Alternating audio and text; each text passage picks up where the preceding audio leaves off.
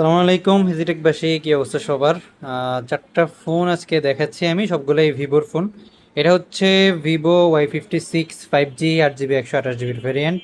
এটা হচ্ছে Vivo T2X 5G 6GB 128GB variant. আর এটা হচ্ছে Vivo Y28 5G 4GB 128GB variant. আর এটা হচ্ছে Vivo Y28s 5G 6GB 128GB variant.